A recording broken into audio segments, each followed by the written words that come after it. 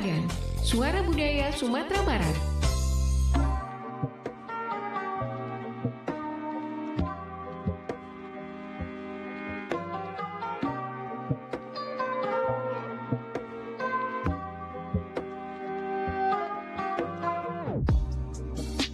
Sembilan puluh 92,4 MHz perempat RRI Padang Suara Budaya Sumatera Barat. Halo Dun Suara Padang, selamat malam kembali untuk Dun Suara Padang di mana saja berada ya. Di program Bidang Kreatif untuk edisi hari Rabu 22 Oktober 2025. Tentunya selama 1 jam ke depan ya kita akan berbincang bersama narasumber kita untuk hari ini, untuk malam hari ini Dun Suara Padang. Dan tentunya Dun Suara Padang juga bisa menyaksikan obrolan kita ini di malam hari ini di kanal YouTube-nya Perempat RRI Padang dan juga di RRI Digital Dun Suara Padang.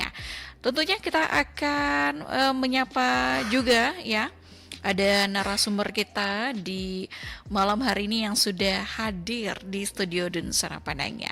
Kita akan sapa-sapa dulu Dun Suara Padang. Halo, selamat malam, assalamualaikum.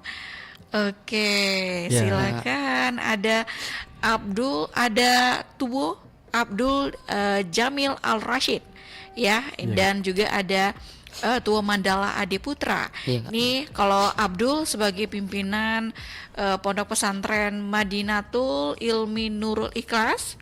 Ya benar. Kalau Tua Mandala ini sebagai guru tua Pondok Pesantren Madinatul Ilmi Nurul Ikhlas di Sana Padangnya. Dan tentunya kita juga memiliki tema di malam hari ini di Sana Padangnya.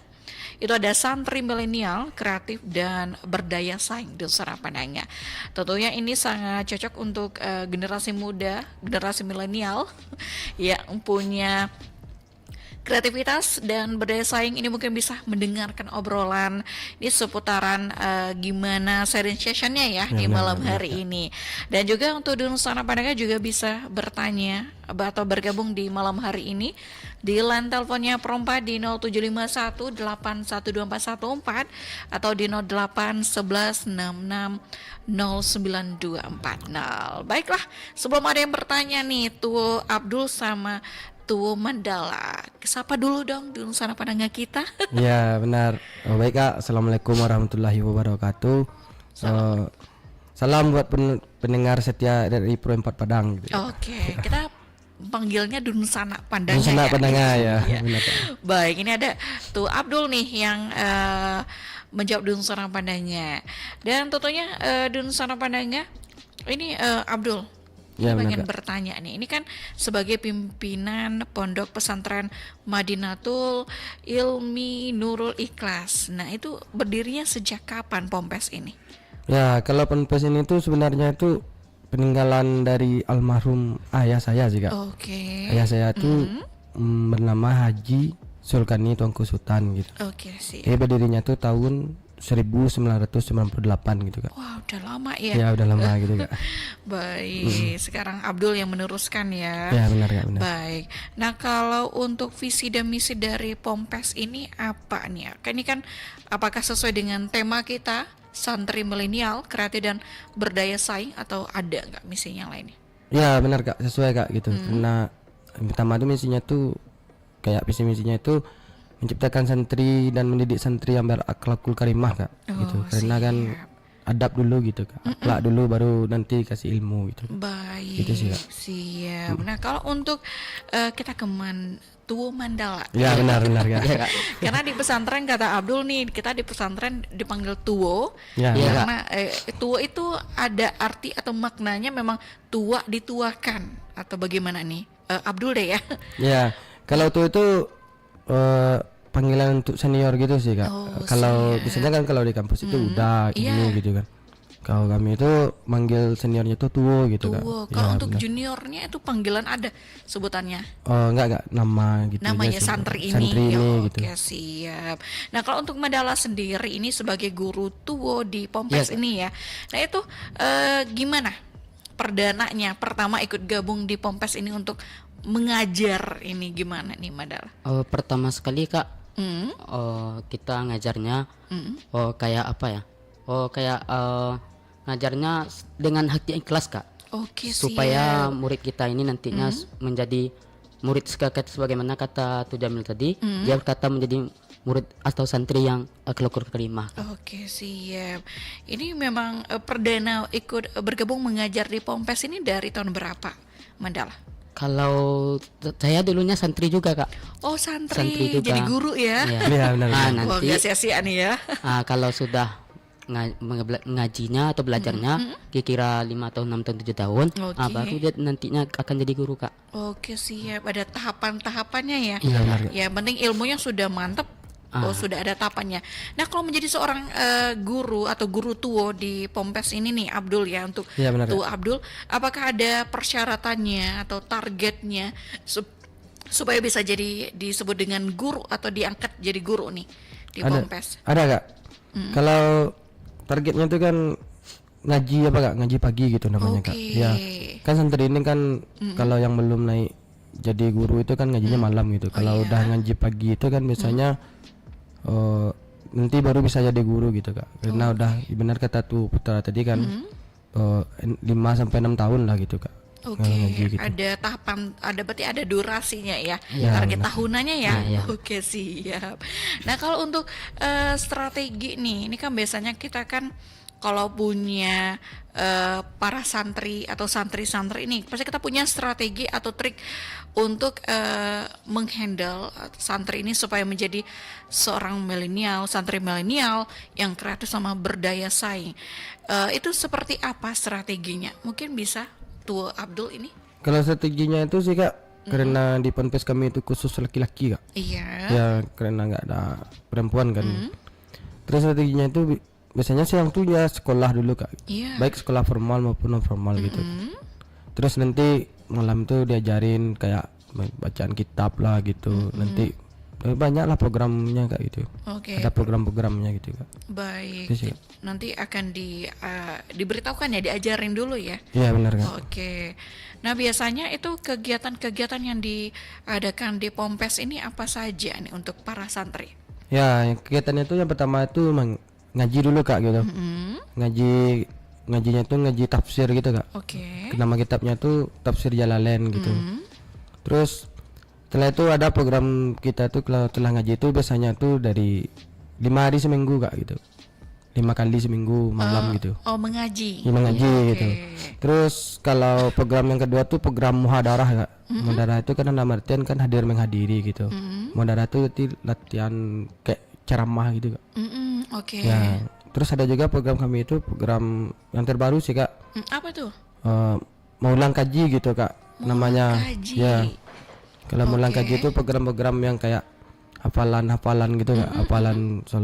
Hafalan sholat jenazah, sholat Idul Fitri gitu, sholat Idul Adha gitu. Terus yang terakhir itu ada program literasi Kak gitu. Baik. Program literasi itu kan nanti diajarin santri ini kayak bagaimana cara membaca dan menulis dengan baik gitu. Gitu sih Kak. Oke, baik, ada beberapa program atau kegiatan yang dilaksanakan di Pompes ya.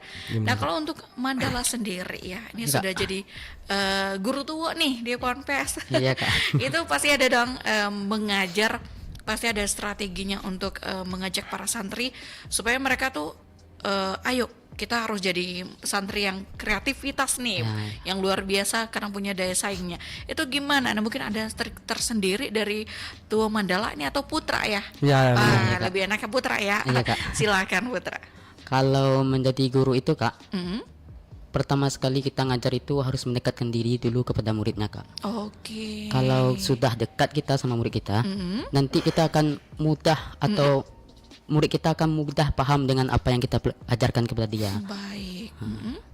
Dia kalau dia sudah paham dengan apa yang kita kita ajarkan kepada dia, nanti dia akan mudah untuk menerimanya atau menerapkan dalam kehidupan dia sehari-hari Kak. Oke, siap. Jadi memang ada strateginya tuh Iya, Kak. saling ada chemistry-nya Ya ada chemistry-nya Kak. Ada. Oke, dicari dulu chemistry-nya aman dengan para santrinya. Iya. Jadi para santri itu bisa menerima nih apa yang diajarkan sama Sama Tua guru. Putra ya, sama Sama guru-guru gurunya. yang ada di Ponpes ya. Ponpes, Kak. Oke, siap. Nah, kalau untuk kreativitas para santri saat ini itu seperti apa nih? Yang dilaksanakan atau diberikan oleh mungkin Pak Abdul sama para gurunya. Iya kak, kalau kreativitasnya tuh kita tuh yang pertama tuh latih ngaji dulu sih kak. Yang target namanya kan ngaji membaca tafsir kan. Oh iya. Terus setelah itu ceramah gitu sih kak kreativitasnya gitu. Kayak latihan ceramah itu kan biasanya diadakan setiap Rabu malam gitu. Ada hari tertentunya Ada ya? hari tertentunya gitu. Oke. Rabu malam tuh khusus untuk buat ceramah gitu kak. Nanti dilombakan tuh kak santri-santrinya gitu. Oke, antara Per santri ya. nanti ada Santri pemenang semuanya, gitu. Oke, nah kalau untuk kan ini rata-rata kan pasti mengajinya bagus nih ceramahnya. Nah kalau untuk kan kata Abdul ada hari tertentu seperti hari Rabu untuk pelatihan membuat ceramah, kemudian ceramahnya bagaimana gitu ya. Itu bagaimana memberikan apa ya motivasi untuk para santri supaya lebih kreatif nih untuk mau ceramahnya, karena kan sekarang kita tahu kalau orang bilang ceramah pasti berpikir bosan lama. Ya, Pasti kita harus ada idenya supaya mengemas ceramah kita tuh lebih menarik, lebih para jemaah itu mendengarkan ceramah kita lebih enjoy gitu. Nah, itu menurut Abdul gimana? Kalau saya tuh kalau ceramah itu sebelum kita ceramah itu kita harus bisa ngaji sih dulu kak. Oke, siap. Baru kita bisa ceramah gitu karena dulu ayah bilang kan kalau udah bisa ngaji itu nanti ceramah itu ngalir aja gitu. Oke. Gitu sih kak. Oke, Intinya bisa ngaji membaca tafsir apa yang diajarkan dulu gitu. Lancar habis itu kalau ceramah ya. Kalau ceramah Oke. lancar, Nah, dapat. kalau untuk Tua Putra bagaimana nih? Kan pasti ini kan udah guru nih ya di Ponpes pasti punya ceramah awal mula pasti gimana nih cara membuat kan Guru Putra pernah menjadi santri ya. Iya, Kak. Sekarang udah jadi guru. Iya, Kak. Pasti punya pengalaman perdana membuat ceramah. Itu gimana untuk Tua Putra ini? Kalau pertama kali kita ceramah itu Kak, kita ambil ceramahnya itu dari kitab Kak, dari ngaji tadi. Oke. Jadi kalau seandainya kita udah mantap ngajinya Kak, atau udah fasih ibaratnya kan, nah jadi nanti kita yang akan kita sampaikan kepada di dalam ceramah itu akan keluar aja Kak, akan tersampaikannya Oke, saja. siap. Apakah itu punya tema tersendiri atau bebas nih? Atau isu yang lagi panas nih biasanya ceramahnya ya?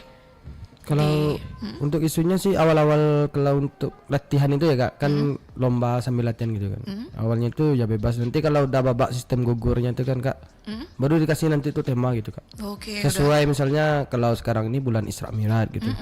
Atau bulan Maulid Nabi Muhammad SAW gitu kak. oke, berarti ada Tergantung bulannya gitu bulannya sih. ya. Nah itu melihat ya bagaimana kreativitas para santri ya Ya, dalam benar. berceramah kan, apalagi kalau sudah menjadi ustadz milenial. Nah itu pasti harus dikemas dengan menarik ya, Nah, menarik, supaya Kak. bisa enjoy lah penceramahnya, pendengarnya ya untuk mendengar ceramahnya. Nah kalau untuk suka dukanya deh, untuk dari Abdul dulu nih, pasti Abdul sudah mengajar juga ya. Suka dukanya apa selama ini yang dirasakan? Kalau untuk sukanya sih kak, awalnya sukanya dulu ya Iya. kak. Kalau saya tuh suka main sama anak-anak sih kak. Oke.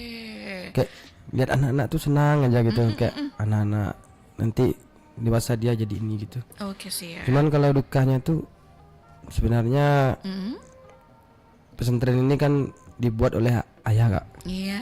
Ayah saya tuh yang buat gitu. Awalnya tuh dia membangun kak gitu, membangun dari nol sampai bangunannya pun dibuat gitu. Oke sih. Terus setelah bangunan itu siap, ya namanya takdir kan kak. Tanggal 30 Januari kemarin dia berpulang gitu kak. Ya.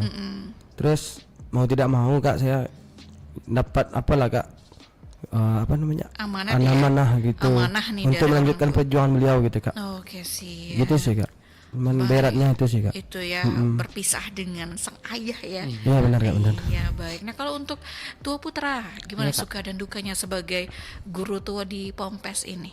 Kalau sukanya Kak, kalau kita mengajar itu Kak, Iya. nanti ilmu kita juga akan bertambah kak. Iya dong. Jadi intinya tambah lagi murid kita tambah bisa, tambah pandai, tambah hebat. Itu membuat hati kita bahagia, apalagi murid kita nantinya akan menjadi orang yang hebat pula kan. Iya. Jadi merasa bangga diri. Bangga ya, baik. Nah itu salah satu tujuan dari guru ya. Iya, benar, ya. Kalau berhasil guru memberikan mengajar para santri sukses santrinya dan kita juga bangga ya. Ya bangga kak. Seneng kita ya. Senang kak. Oke deh. Kalau dukanya, Kalau dukanya kak, kalau dibilang nggak ada sih nggak ada rasanya ya. kak. Mungkin apa ya, nggak ada lah Nggak rasanya ada kak. ya. Ikhlas aja jalan Iya, semuanya yang jalannya ngajar aja ya. semuanya, Kak. Dengan yang Bukan. tulus nih gitu ya. Iya. Oke siap. Nah kalau Abdul sendiri ini mata pelajaran yang diajarkan ke para santri ini apa nih Abdul? Ya kalau santri itu awalnya tuh kan dia baru dulu tak dulu gitu. Kalau baru itu dia diajarin bacaan sholat dulu kak. Oke siap. Yang pertama dites baca Quran, pas baru masuk itu nanti diajarin bacaan sholat gitu. Dan sampai nanti ada tasbih dan doa gitu. Terus setelah itu baru mempelajari munahu dan saraf gitu kak. Baik. Ya kalau di kami kitabnya namanya matan kak. Matan ada matan itu matan bina dan matan jurumiyah gitu.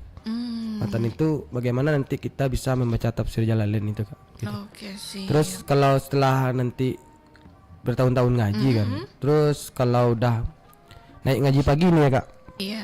Kalau naik ngaji pagi itu nanti ada kitab, banyak kitabnya kak. Ada hikam, ada duski, ada kawakib namanya kak gitu. Kitabnya itu intinya kitab itu kitab bahasa Arab kak gitu. Oke. Bahasa Arab itu semuanya. Jadi itu mata pelajarannya yang yang diberikan dipelajari. ke para santri ya. Ya, benar, Kak. Nah kalau untuk Tua Putra ini apa saja tuh yang mata pelajaran yang diajarkan ke para santri? Kalau kepada santri kan saya saat ini mengajar kayak tingkat kayak tafsir kak. Oke tafsir Ya, ya. tafsir Jalalain kak. Mm-mm. Nah, jadi cara-cara supaya untuk sampai ke ngaji pagi ini, jadi sayalah yang ngajarnya kak. Oke siap. Jadi memang ada beberapa mata pelajaran yang dipegang sama Abdul sama Putra untuk bisa diberikan ke para santri ya. Ya benar kak. Oke siap. Ini generasi muda nih Dusun Pandangan milenial yang sudah punya niat yang sangat bagus ya untuk mengubah akhlak ya, akidah Benar, akhlak benar. deh untuk para Akhlak. generasi muda untuk bisa lebih bagus lagi gitu ya, lebih dekat ke diri ke Allah lagi ya. Ya Bisa benar, ya. benar kak benar. Karena kita tahu gimana zamannya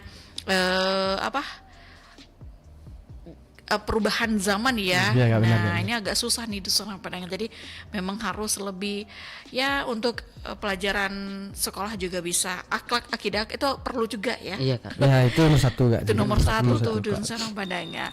Baiklah kita akan coba terima penelpon dulu ya Abdul Ya. sama Putra. Ya benar kak. Halo, selamat malam. Assalamualaikum. Dengan siapa di mana?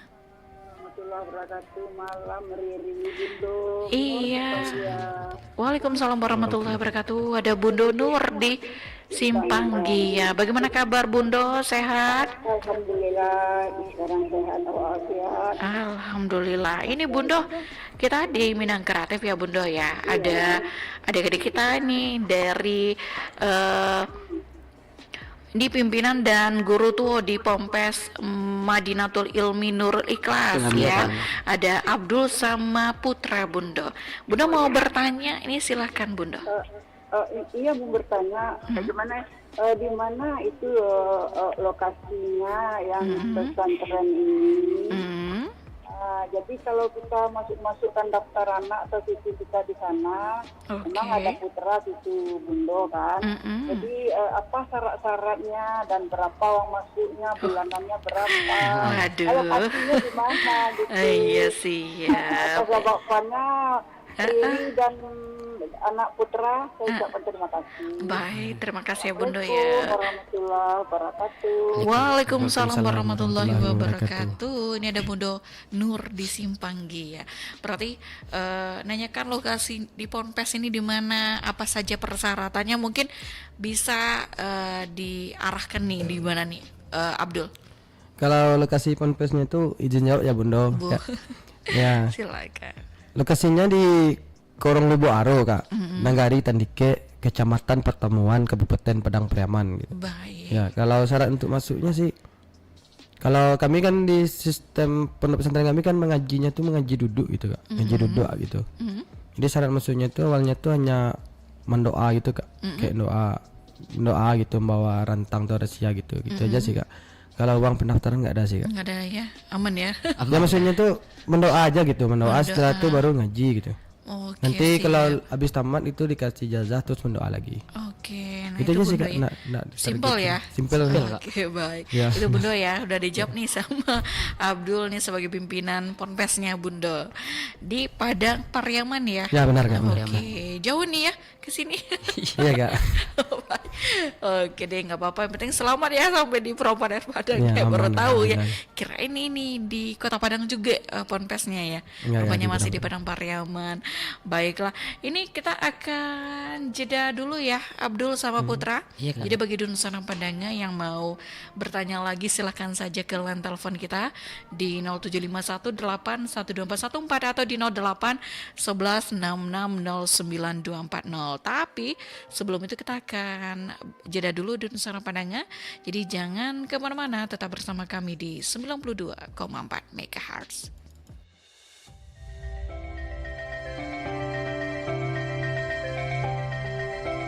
Vordekop adalah benteng peninggalan Belanda yang berdiri di kota Bukit Tinggi, Sumatera Barat. Benteng ini didirikan oleh Kapten Johan Heinrich Conrad Boer pada tahun 1825 pada masa Hendrik Marcus de Kock menjadi komandan der Tropen dan wakil gubernur jenderal Hindia Belanda.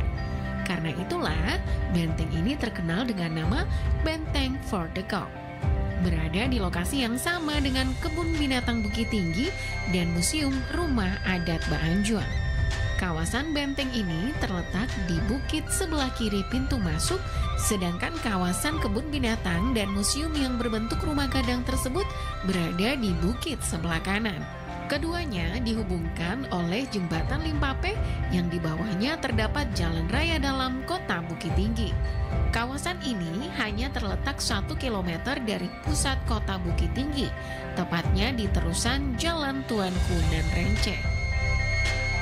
Benteng Vordekop digunakan oleh tentara Belanda sebagai kubu pertahanan dari gempuran rakyat Minangkabau, terutama sejak meletusnya Perang Padri pada tahun 1821 sampai 1837.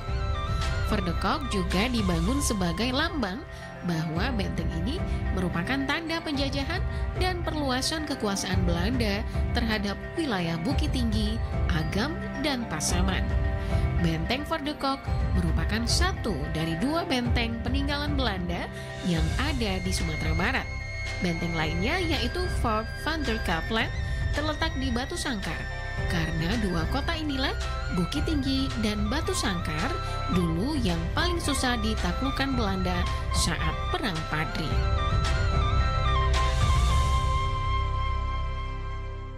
rri.co.id Portal Kantor Berita Nasional Radio Republik Indonesia.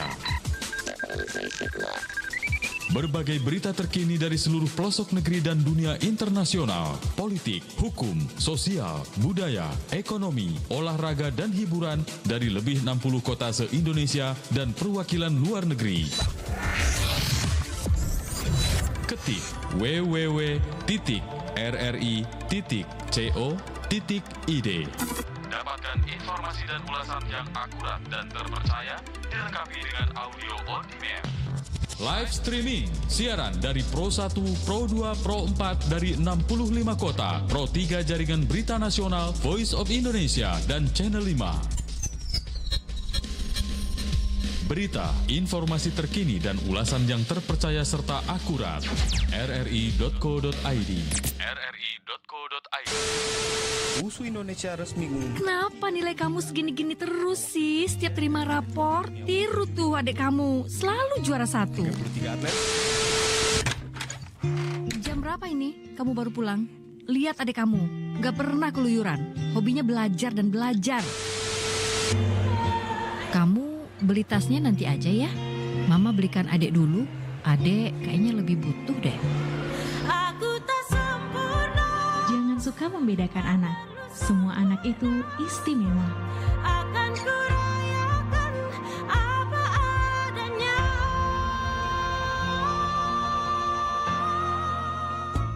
Salah satu olahraga tradisional yang unik asli Kabupaten 50 Kota Sumatera Barat adalah pacu itiak yang sudah dijadikan tradisi sejak tahun 1028. Pacu itiak diklaim sebagai satu-satunya di dunia. Olahraga ini bermula dari masyarakat di Kanagarian Aur Kuning, Sicincin, dan Padang Panjang yang memelihara itiak sambil bertani. Itiak-itiak yang ikut perlombaan merupakan itiak yang sudah terlatih dan mampu terbang hingga sejauh 2 km. Terdapat 3 tingkatan jarak yang dilombakan, yaitu jarak 800 meter, 1.600 meter, dan 2.000 meter. Pemenang ditentukan berdasarkan itiak yang terbang lurus dan tercepat mencapai garis finish. Itiak yang dilombakan berusia antara 4 hingga 6 bulan. Itiak ini memiliki kesamaan warna pada paruh dan kaki. Harga seekor itiak pacuan antara 100.000 hingga 1 juta rupiah.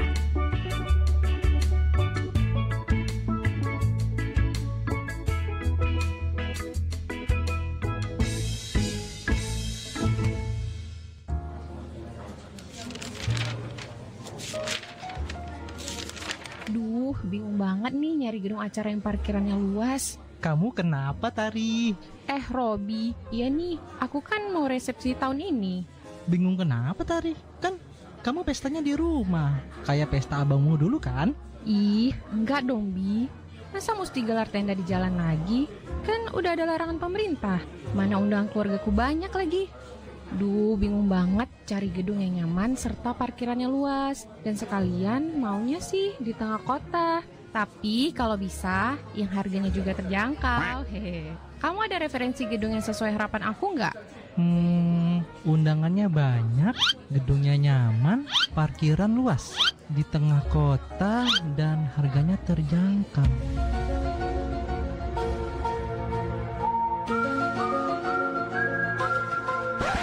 Wah, ada banget dong. Ayo sini, aku anterin ke auditorium RRI Padang.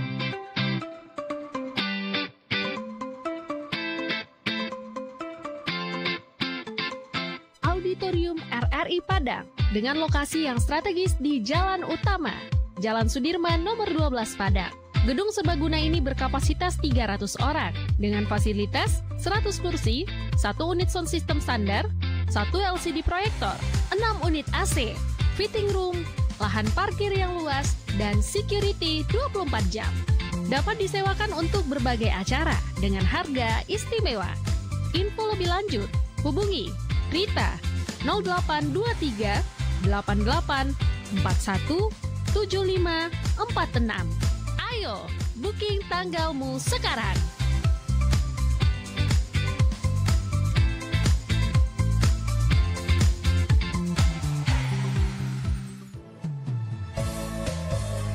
Pro 4 RRI Padang, Suara Budaya Sumatera Barat.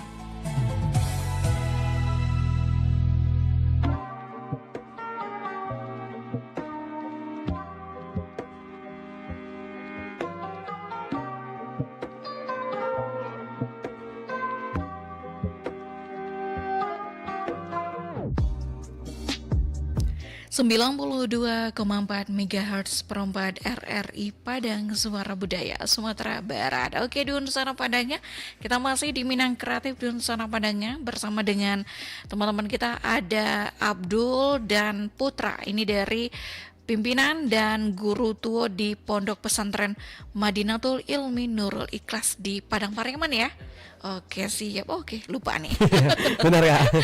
Oke, siap. Dan tentunya di Nusantara Padang ini banyak ya. Obrolan kita sebenarnya asik nih ya. Jadi soalnya kan ini agak sedikit PR ya untuk Abdul sama Putra menjadi untuk mengubah seorang milenial ya generasi muda atau santrinya menjadi seorang milenial yang kreatif sama berdaya saing ya, karena memang di dunia saat ini apalagi pendidikan ya itu saingannya luar biasa ya. Nah ini kalau boleh tahu nih panjang sebenarnya ya. Kalau untuk santri yang sekarang masuk di Ponpes ini udah berapa orang ini? Kalau untuk tahun sekarang aja tuh udah lebih 35 orang sih yang masuk Kak. Oke, lebih ya, berarti udah 100-an lah kurang lebih. Udah 100-an ya. Oke. Berarti yang ikut gabung ini ada persyaratan Kak, atau memang ada kalangannya, misal kayak nggak tamat sekolah bisa ikut bergabung di sini, atau sudah tamat SMP, SMA, SD bisa ikut bergabung di Ponpes, atau bagaimana nih? Abdul mungkin lebih jelas ya. Iya Kak. Ya, Silakan. kalau untuk santrinya nggak hitung umur sih Kak. Misalnya dia sekolah gitu, sekolah SMP atau SD gitu, terima aja semuanya Kak gitu. Oke, karena walaupun ini gitu, tanpa pungutan biaya ya. Ya benar. Berarti ini bisa dibilang kalau misalnya ada orang tua tidak mampu nih membiayakan anaknya untuk sekolah, untuk lanjut sekolah, mungkin bisa bergabung di sini ya. Ya bisa, sangat bisa Kak gitu. Pasti dong ada suka dukanya nih menerima teman-teman atau para santri yang Abdul bilang tadi ada yang tidak baca tulis nggak bisa nih Kak. Ya, nah ini bisa kita ajarin di sini. Itu gimana sejarahnya atau ceritanya tuh? Ya kalau kan ada beberapa santri itu yang nggak bisa Kak membaca lah. Kalau nulis mungkin bisa dia. Rata-rata bisa ya. Ya mungkin sekolah sampai kelas 3 SD gitu. Kadang nggak sekolah sama sekali gitu Kak. Cuman kan PR kami juga di sana di pesantren kan untuk ngajarin mereka membaca gitu sih Kak. Membaca yang bukan bacaan bahasa Arab. Tapi anehnya gini Kak. Dia mengaji bisa, imam sholat pun bisa gitu. Cuman untuk yang yang membaca umum ini nggak bisa gitu. Oh, membaca huruf A, B, C. Oke, kalau Arabnya bisa ya. Arabnya bisa deh Kak gitu. Oke, jadi memang untuk bacaan A, B, C itu ya yang benar, belum lancar ya. Iya, belum lancar. Oke, nah pasti dong orang tuanya gimana nih? Orang tua para santri yang memasukkan anak-anaknya ke Ponpes ini. Itu gimana responnya, Abdul? Ya, sejauh ini kalau saya lihat alhamdulillah sih Kak, senang Kak gitu. Kan ada anak tuh yang mohon maaf ya Kak, disabilitas gitu. Oke sih, ya. Ada juga ya? Ada. Cuman ya kami ngasuh dia itu. Terus kemarin ya kalau saya kan istilahnya ayah berpesan gini. Siapapun yang datang ke sini terima aja gitu. Apapun latar belakangnya kayak apa gitu. Kayak dia itu masih bisa berdiri lah atau gimana gitu. Tetap di gitu Kak. Karena menurut ayah tuh semua orang itu sama aja Kak. Oke siap. Jadi memang bagaimanapun keadaannya itu bisa ya diajarin ya. Benar Kak. Oke siap. Nah kalau untuk kan ada tadi selain ceramah, literasi. Ya benar. Itu gimana tuh programnya tuh Abdul? Kan ini kan rata-rata umurnya random ya. Ada yang tamatan SD, yang tidak bisa lanjut sekolah, udah tamat SMP, SMA. Bisa masuk ke Ponpes. Itu gimana untuk program literasi diajarkan oleh para santri ke para santrinya maksudnya? Ya kalau literasi itu kan sebenarnya itu program tambahan dari saya pribadi sih Kak gitu, karena saya background kuliah sastra kan di Universitas Andalas itu. Jadi saya melihat anak-anak yang bisa baca ini Kak. Jadi di program itu saya ajarin membaca gitu. Terus di sana itu kita ajarin baca dan langsung menulis gitu. Kayak semalam baru kita lomba Kak gitu antar santri aja gitu. Lomba menulis diari lah gitu. Jadi kasih pemenang gitu biar santri ini semangat untuk motivasinya nulis. Ya benar Kak. Benar gitu. Oke sih, jadi memang perlu nih kita belajar literasinya itu yang baik dan benar itu seperti apa. Apalagi tadi Abdul sama Putra bilang kita juga menerima nih para santri yang susah membaca. Nah ini cocok nih untuk program literasinya ya. Oke. Nah kalau untuk kendala lainnya yang dihadapi sama Putra sama Abdul nih bagaimana? Itu untuk mengajar para santri yang kita tahu ya kalau pasti ada yang sifatnya rewel ya, susah diatur, pernah nggak kepancing emosi gitu ya? Ya mungkin Ayo. Putra jawab Putra Kak. deh, ini kan guru ya. Ya Putra lebih Silakan ngajar kan. Putra. Kalau kepancing emosi juga ada kak. Hmm. Tapi setelah karena kita sebagai guru kak, Iya. jadi kita harus sesudah kita marahin lah kan. Jadi kita tenangan juga dia nantinya. Oke. Supaya dia pertama sekali tidak ada dendam sama kita. Yang kedua nanti dia akan berubah sendiri. Karena kita sudah memberi dia pelajaran dan akan menenangkan dia juga kak. Oke, memang ya kalau misalnya agak sedikit rewel Iya, ya Kak. susah diatur, memang Iya, Kak. harus agak dikasih pemahaman dulu nih. Iya, Kak. Ya, kalau nggak kasih pemahaman tetap akan berulang-ulang lagi. Iya, Kak. Dan kita akan, waduh nih jenuh nih ya melihat santri yang seperti itu ya. Oke deh, ini pasti banyak banget pengalaman yang menarik ya dari Abdul sama Putra nih, gimana? Karena Abdul Putra ini masih muda, Dusanang Padanga ya. Iya. Kalau Abdul ini udah jadi pemimpin ya. Iya, Kak, Pimpinan benar. nih, mau nggak mau harus menjalankan amanah dari sang ayah ya untuk benar, Kak. menjaga ponpesnya gitu Dusanang Padanga. Nah kalau Putra sebagai guru tuh, ya jadi kalau memberikan ilmunya nih selama yang sudah belajar ya sudah Iya, Kak. didapat dari ponpes, kemudian dikasih lagi ke para santri ya. Iya, Kak. Dan ini kalau untuk prestasi itu bagaimana nih untuk para santrinya nih Abdul? Kalau posisinya tuh kalau karena domisili kami di Padang Priaman Kak, khususnya di Tanike gitu kan. Iya. Tanike. Jadi kalau misalnya kan alumni kami juga sudah banyak kan yang malah melintang di Tanike gitu Kak. Jadi Oke. dia yang biasanya alhamdulillah Kak, hasil dari didikan ayah yang ngisi wirid-wirid di daerah Tanike itu kayak ceramah gitu, kayak tausiah gitu kan. Alhamdulillah guru-guru tuh saya juga Kak gitu. Oke. Guru-guru dari saya gitu. Jadi alhamdulillahnya itu ya itulah yang Berhasil ya? berhasilnya gitu. Cuman kalau untuk lomba-lombanya insyaallah Kak, rencananya kan kami kan nanti menuju ke sana gitu Kak, nanti ikut perlombaan ini. Makanya Oke, ke nasional ya. ya makanya diajarin dulu gitu, kayak lomba di dalam dulu, nanti baru di luar gitu Kak. Oke, di skillnya tuh diasah dulu Biasa ya. dulu benar-benar.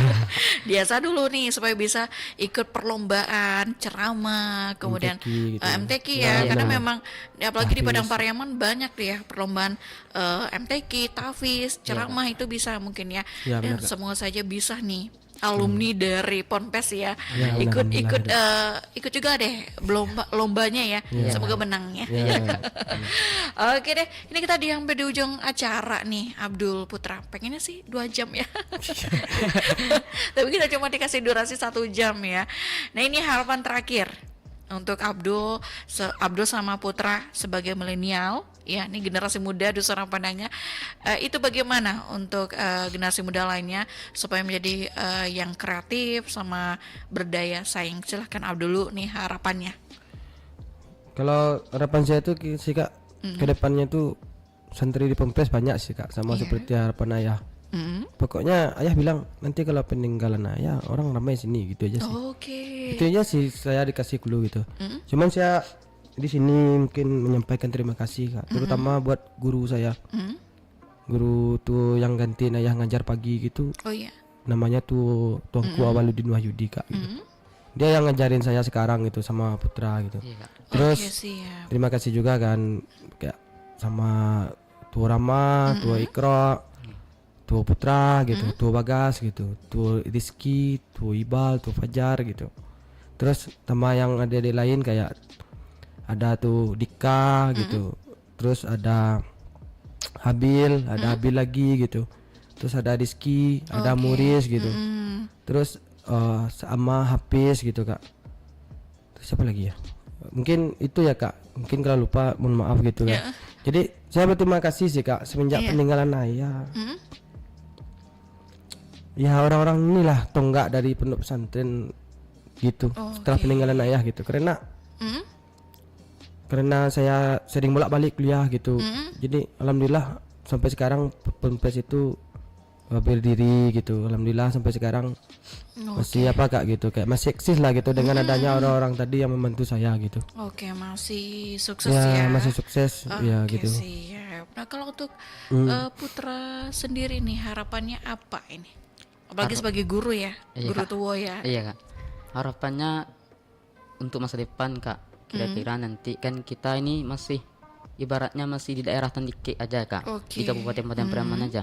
Nanti semoga kita semua santri yang ada di pesantren lah. Untung-untung kita bisa ikut dalam baik itu nasional, internasional pokoknya perlombaannya. Perlombaannya menjadi ulama atau ibaratnya kalau di Tandike kan tuanku namanya Kak. Jadi untuk semuanya kita mudah-mudahan menjadi ulama yang hebat lah, yang terkenal. Apalagi generasi muda ya, Iya, harus apalagi- dirangkul semuanya Iya, ya, Kak. milenial ya. Iya. Karena kita tahu ini Abdul sama Putra generasi muda emas Dusun Pananga ya, yang sangat bisa membantu merangkul generasi muda yang lainnya untuk menjadi atau para santri yang bagus, yang akidah akhlaknya tuh bagus ya. Oke dah. Terima kasih untuk Abdul sama Putra sudah hadir di Perempuan RR Padang. Iya, benar. Semoga sukses ya, semoga ponpesnya makin sukses lagi, bisa ikut perlombaan Amin, ya, amin, nasional pun internasional. Amin Iya, ya. amin, Kak. Amin. Dan banyak lagi yang bisa ikut gabung di ponpes Iya, ya. Kak. Dan terima kasih juga untuk Dunsana Padang yang sudah bergabung dan juga yang sudah menyaksikan kita di kanal YouTube-nya Perempuan RRI Padang atau di RRI Digital. Dan kita akan kembali di program Bidang Kreatif minggu depan Dunsana Padang dengan narasumber yang berbeda. Jadi kita harus pamit Dunsana Padang. Selamat malam. Assalamualaikum warahmatullahi wabarakatuh.